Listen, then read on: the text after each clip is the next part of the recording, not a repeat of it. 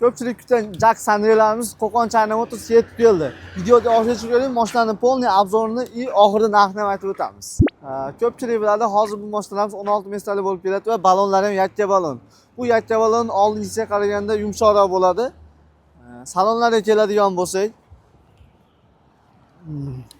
dizaynlar, tashqi dizaynda deyarli o'zgarish yo'q. Mana zavod parolari bor o'zida. Salonlar shu 16 kishilik, tepada televizorlar ham bor o'zida. Biz chiqib ko'rsatib qo'yamiz.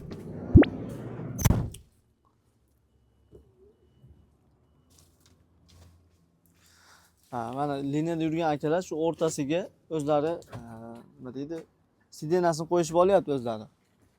Dedi zavod monitorlari bor.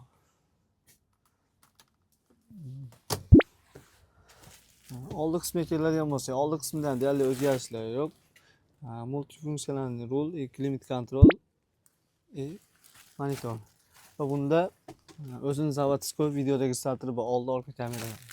Mashinamizning hozirgi kunda narxi 396 million bo'ladi va boshlang'ich 120 million so'm bilan olib chiqasiz bo'ladi bitta pasport evaziga.